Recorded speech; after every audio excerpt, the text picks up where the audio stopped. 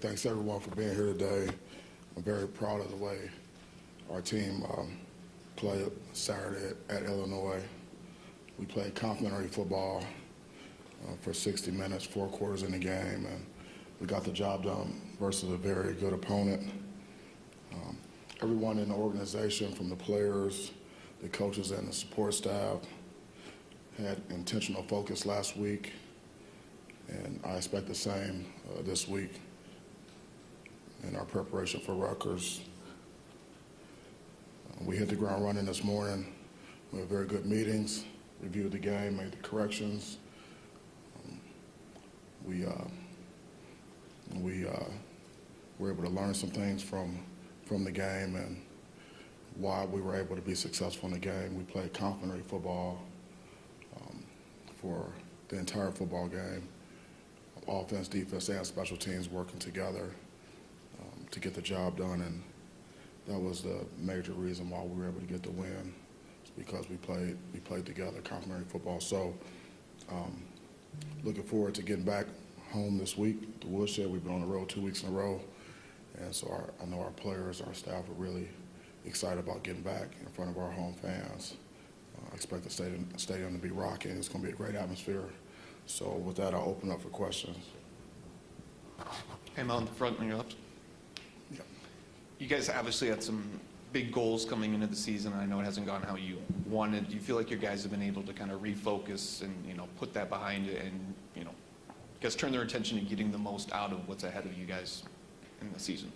Yeah, so, right now we're focused on what's next, and that's Rutgers.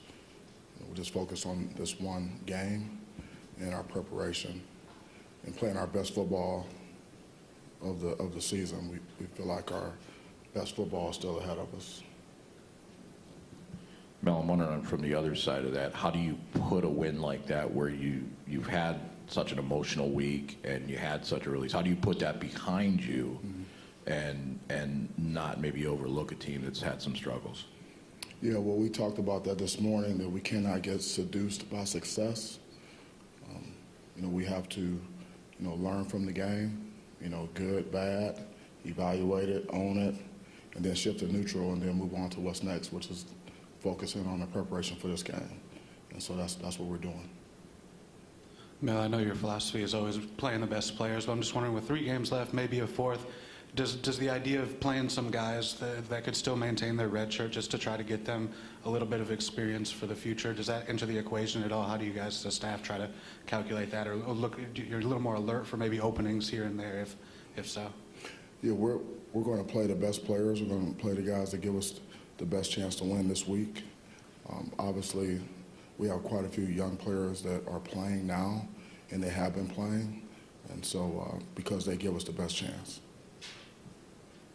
Mel, you mentioned evaluating it and owning. I'm wondering, the offensive line, as you evaluate them, what it looked like from a layman's perspective, one of the best games they played of the year. I'm wondering what you saw when you up front, and then also as you revisit the final drive when you got the ball back and the opportunity to run it and get it down to like 26 seconds to throw it. Do you think in hindsight you might have done things differently there? Yeah, well, the line did a really nice job in the game against, again, a very good opponent, top 5 defense. Our yards per carry was efficient in the run game and did a really nice job in pass protection. And not just them, but the tight ends and the backs as well. And the receivers did a really good job blocking in the run game, and the runners ran hard. So it was a solid performance, and I believe still that our best football is ahead of us on the offensive line and the run game and pass protection. At the end of the game, obviously we were trying to score a touchdown, and have some very solid reasons for doing what we did. There's really 2 things at the end of the game. We had some miscommunication with some signaling that forced us to, stop the game, regroup, make sure we had the right play called and things like that. Then obviously, we talked about previous to the pass play to, run the ball and then let the clock go all the way down to 1 second, then call timeout, and then kick the field goal. But obviously we thought that what gave us the best chance to win the game was to attempt to score a touchdown. We thought we had a really good play up, and we did have a guy open, but we weren't able to get it to him. And so we lined up to kick the field goal. And obviously we've had some operation issues, this season, and so that factored into why we did what we did. In your post-game press conference with Big Ten Network, you reiterated how proud you were of your team, and again, you started that today. Aside from what they did on the field, what are you most proud of when it comes to what your team was able to do this week?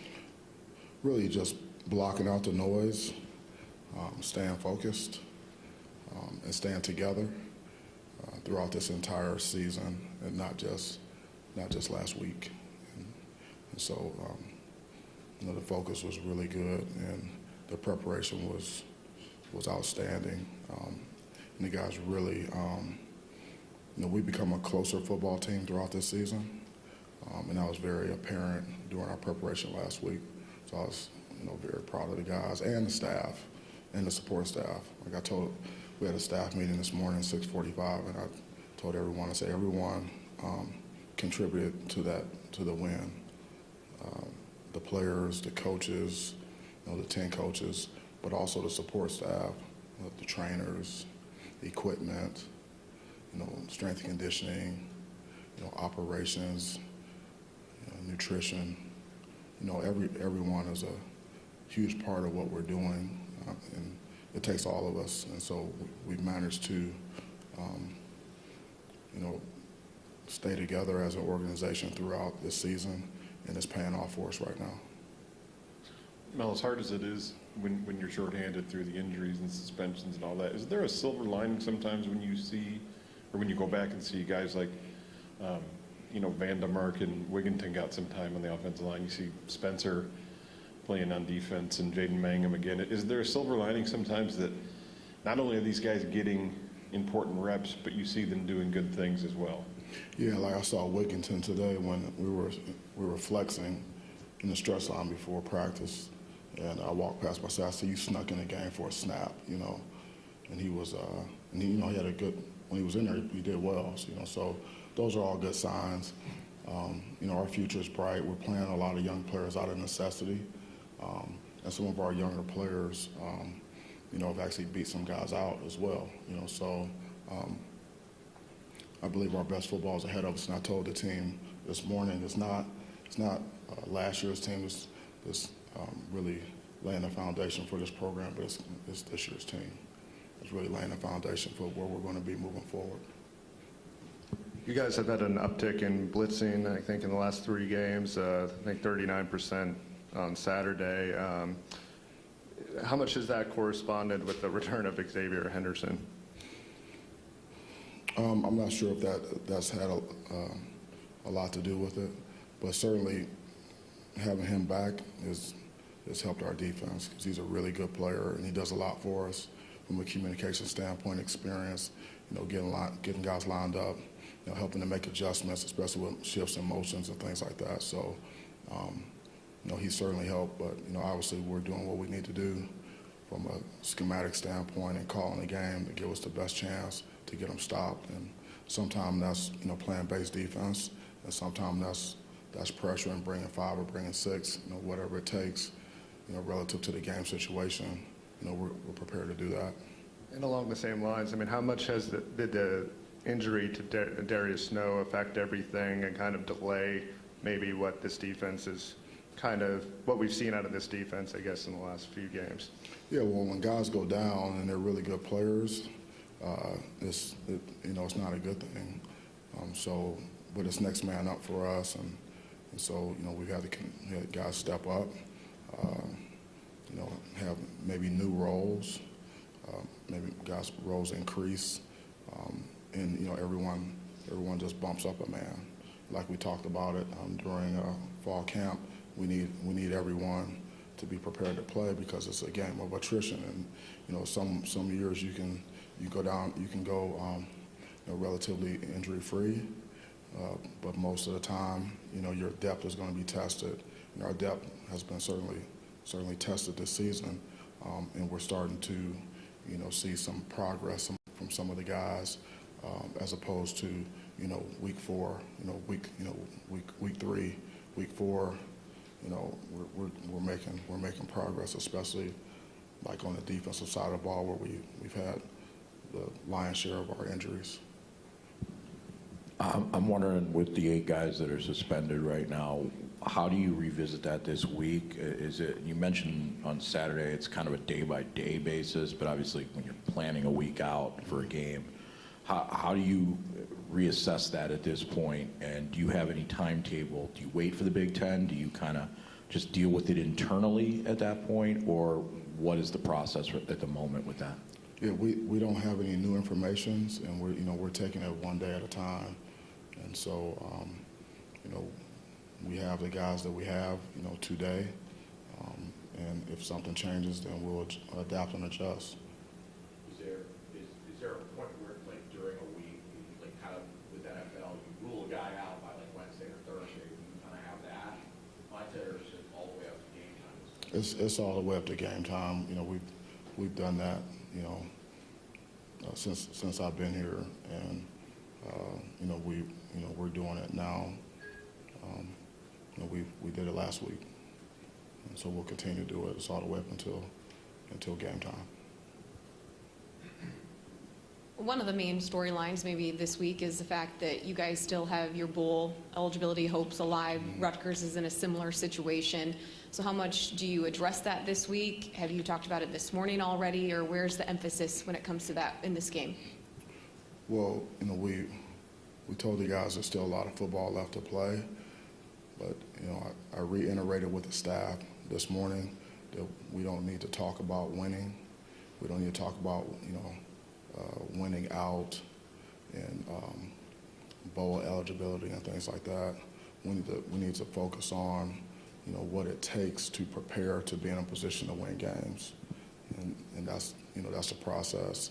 So if we keep our focus there, intentional focus on what it takes every day, with the required work, the unrequired work, the focus that we need to have, then we can go through our week with the focus that we need, and control what we can control, and then we take that into the game, and then we're looking to play our best 60 minutes, and then we won't look at the scoreboard. We'll just play every play, one play at a time, with intentional focus, 6 seconds of play, and keep chopping, and then we'll add it up at the end, and that's how we'll go about this week and the rest of the season. Mel, I wanted to ask you about your backup long snapper, Michael Donovan, and I know he had a rough game the week before and seemed to, in tough conditions, bounce back. Now, what conversations did you have with him before the game and afterwards? And do you empathize with a guy who's only way he gets recognition is if he screws up, and that sort of role in life on a team? Do I empathize Or with sympathize with that sort of? Yeah, I mean, it's a job where the only way you get any sort of recognition is if you botch things, Yes. I don't talk to the snappers that much, so but he's done a heck of a job. Yep, and he's getting better. Doing a great job. Do you anticipate he'll continue being the snapper the rest of this year? I don't know what your situation is. We'll have to see. Obviously Hank is an excellent snapper, and he'll be ready when he's ready. Obviously, Rutgers is losing record and all that, but they had a lead at halftime against Michigan last week before it kind of fell apart. I was wondering just what you see from them as a team. Well, I mean, we all know Coach Ciano is a veteran coach, a veteran head coach. And he's an excellent coach. He's an excellent recruiter, so they have some really good players. And they're very aggressive, defensively. They do a nice job, stopping the run and trying to put pressure on you to be accurate with the ball, because they're going to mix the coverages and they're going to try to take away what you do best and make you beat them left-handed, which is really, really sound and solid. And they're ultra aggressive on special teams. So they put a lot of pressure on you, on special teams as well. Then offensively, they have some weapons, and they know how to get certain guys the ball. They get the ball to the best players in the run game, also in the pass game. So they're just like any other team that we played. They have really good players, and they're well coached. And like I said, last week I think they were up 17-14 at half. And, the name of that deal was turnovers, but that doesn't take anything away from their ability to make plays in all three phases. They play extremely hard. Mel, I think you said that there was no specific cutoff where you would declare a guy out for the week, but how long does it normally take if a guy hasn't been at practice, maybe he hasn't been at meetings, and does that depend on if he's a senior, if he's relatively new, whatever? If a guy hasn't been at practice, if he hasn't been at practice or he hasn't been into meetings, can he just jump in the day before based on his past body of knowledge? No, he can't. He can't jump in if he hasn't been in the meetings and he hasn't been, even at practice. I know it wasn't that long ago, but the last time Rutgers came here, it was your first game as the head coach at Michigan State. How would you say? I don't remember that. I guess how would you say you just had to bring that up, didn't you? Well, it was a weird year, but how would you say you as a coach have grown since that game, really? How have I grown? Yeah. Yeah. I don't know how to answer that question, man. I don't know how I would grown. I turned 50 last, January 4th. So I'm older, maybe wiser, maybe not. More experience as a head coach, and know the team a lot better than I knew that team. And so it's just there's a lot of differences. Our staff has been together a lot longer, and so it doesn't seem like that long ago actually. And that was a very challenging year, and we learned a lot about,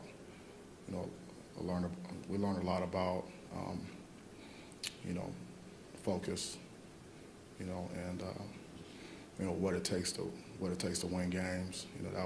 That particular game, turnover margin was huge, and there was a huge difference between week 1 and week 2 for us in terms of, taking care of the ball, and that's the biggest indicator of winning and losing, and you can see that show up, last week at Illinois, turnovers and turnover on downs and forcing turnovers and things like that.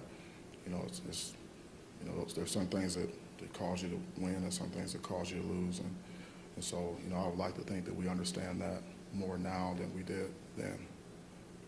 Well, what's your level of concern right now with the field goal kicking and the struggles there? How much does that have a factor in your decision making in terms of, like the last drive and your thought process there? How much does that factor in? It does. That factors into it, and also, the conditions. You're kicking with the wind and snapping against the wind and things like that, and seeing what happened on previous plays. So that all factors into it, and it has to. Everything matters. So then I ultimately have to make a decision and then and go with it. What's your concern level right there? Obviously, it's been an issue all year in terms of getting consistent field goal kicking. Yeah, we need more consistency, certainly, and so that's something that we're working towards every single day. I mean, the players want to be consistent. We want them to be consistent, so we practice. We continue to chop wood on it, and then we'll see what type of progress we make, this week, and then we'll go into the game and we'll have a plan. Then we'll have to make some critical decisions, But I have confidence in the players that are on the field. I just have to make decisions based upon the information that I have at the time. Mel, you talked about this team getting closer in the back. How have you seen the team get closer? Maybe not on the field, but like off the field or at practice, the togetherness kind of grown.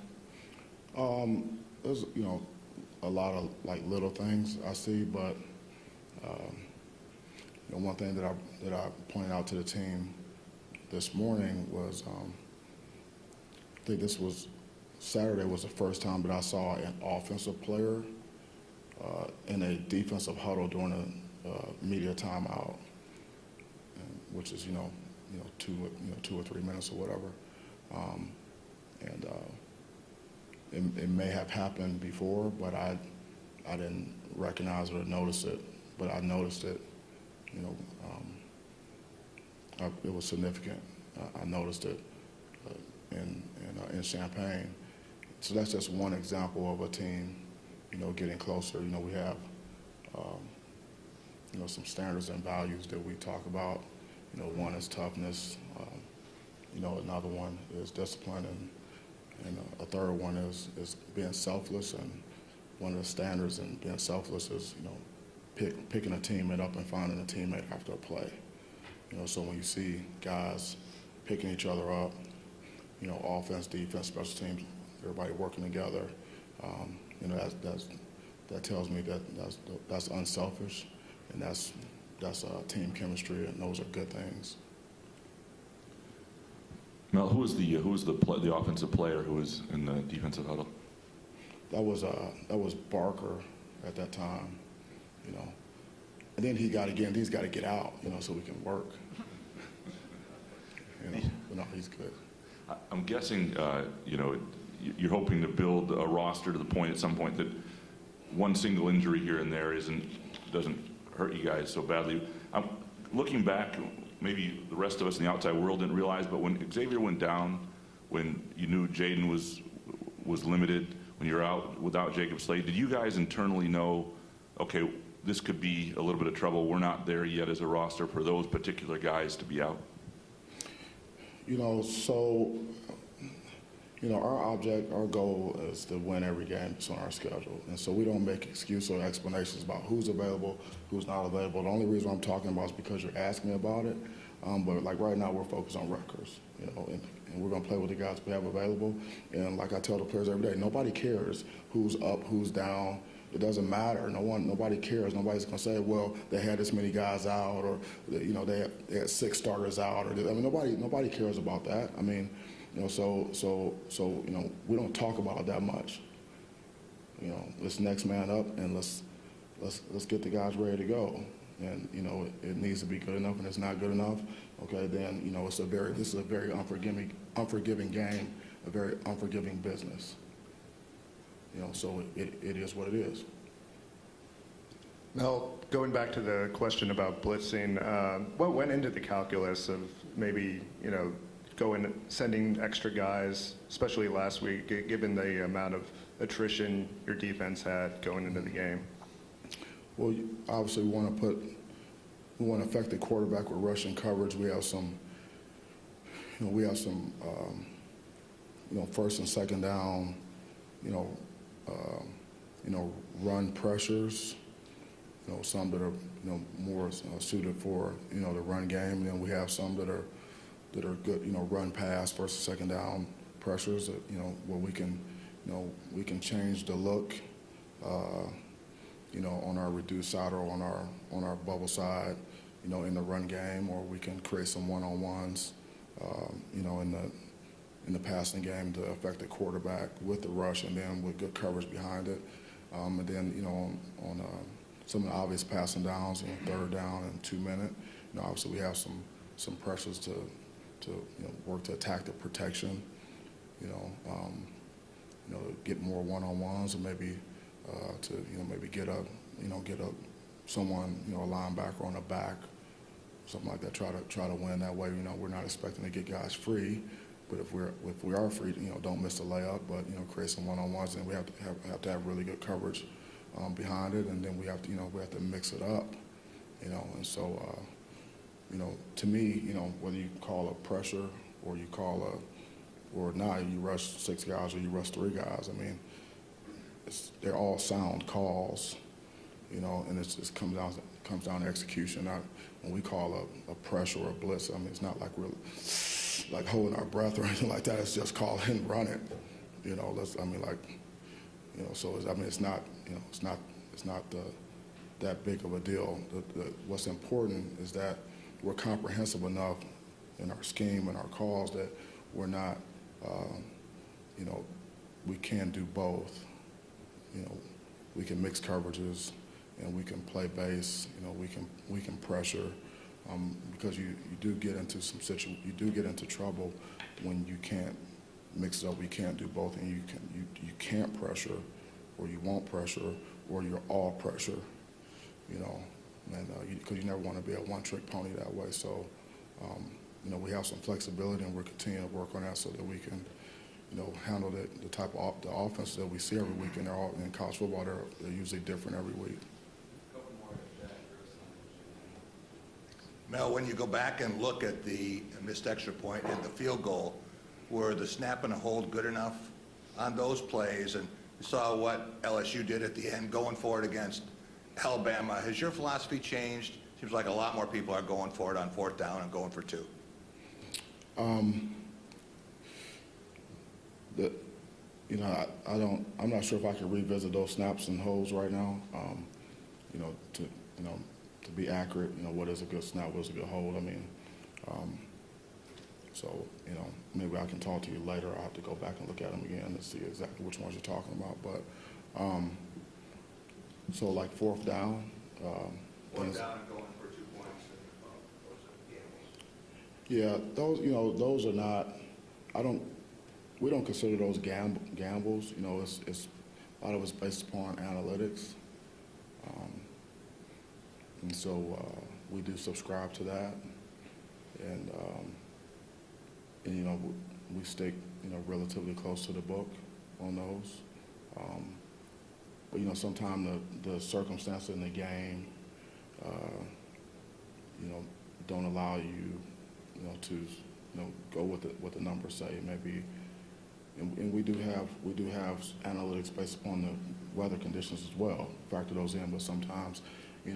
Injuries factor in to the decision making, or just what we've been able to get done in the game previously, or not be able to get done to be able to go for it. So, but it's not a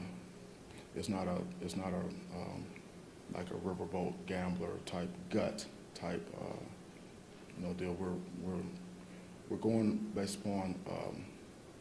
A lot of it, score probabilities and win probabilities. For example, I think it was after the Washington game many weeks ago, there were some questions about why did we decide to go for it go for 2 instead of kicking a field goal or something, making it a 14 points or something like that. I don't remember exactly the number, but it was, kicking an extra point as opposed to going for 2, and we decided to go for 2. Well, in that particular situation, because the goal is to win the game, not to tie. In that particular situation, in that point in the game, you only have so many possessions left, and so if you kick the extra point, your win probability, like in that situation, did not change. It was a nominal number. It was not a significant change in the win probability. But going for 2, and if we converted and made the 2-point conversion, if we were successful, then that would have significantly increased our chances of actually winning the game. Because the goal is to win, not to tie. And so that's why we did that. I didn't really go into detail at that time about it, but that's what kind of goes into that. So depending on the score differential, depending on the field position and the time in the game, that typically determines, and the distance of the 4th down, that typically determines if we're going to go for it or not. I'm wondering, a week ago we talked, it was a moment where you could look at it and say this team could either fracture or galvanize itself together. I guess, what have you seen from the leadership within the team, within the players, to keep everything together? Because to a man, they've all talked about everyone kind of staying together even during the losing streak, even after everything that happened a couple weeks ago? Well, there's really no. Well, I mean, I guess there is a choice, but it's not a sound choice to not stick together. The best thing to do is to stick together, and our leaders have done that. And when you're good players and when you're leaders or the guys leading the charge, that signifies buy-in, and then the other guys tend to follow. So like myself and the coaching staff and then the leaders on the team, we're sticking together. We have poise, and we're moving forward. We're going like one day at a time. Staying focused, believing in what we're doing, and still, we have our standards that that we work towards every single day. When you do that and you're consistent with that, then that's when you have the best chance to keep guys together. When you're up and down like a yo-yo based upon emotion and not the standard, then that's when things can get away from you, and that has not happened with this team, and I don't anticipate that ever happening. Mel, you talked about versatility and roles expanding for some players. Aaron Brule is a guy who expanded a little bit this past weekend. It looked like some inside linebacker, some outside linebacker, pass rusher in pass situations, or picking up a tight end man-to-man. Can you talk about how the readiness that he had for that situation and what you see from him going forward? Yeah, so like what you see from him, he does have versatility. He does a really good job on special teams. He has a lot of experience playing backer, but he's also, and he's a good blitzer, and he's also an excellent rusher. So we use him in all those capacities, and he's a veteran player, and he can handle that, and it's really helping us. So we're going to continue to put our players in position where they can be at their best. Like minimize their weaknesses and really kind of play to their strengths and within a scheme. And sometimes it takes some moving guys around position, takes some extra learning, but that's what the required and unrequired work is all about in the game planning. That's where intentional focus comes in, and trusting the process and believing, hey, we're going to put you in position to make plays. So just study up on the game plan, practice with intentional focus, and prepare so that we can take it to the game and have success. And that's what he's doing. Thank you so much. Appreciate you covering the team. We'll see you next time. Go Green.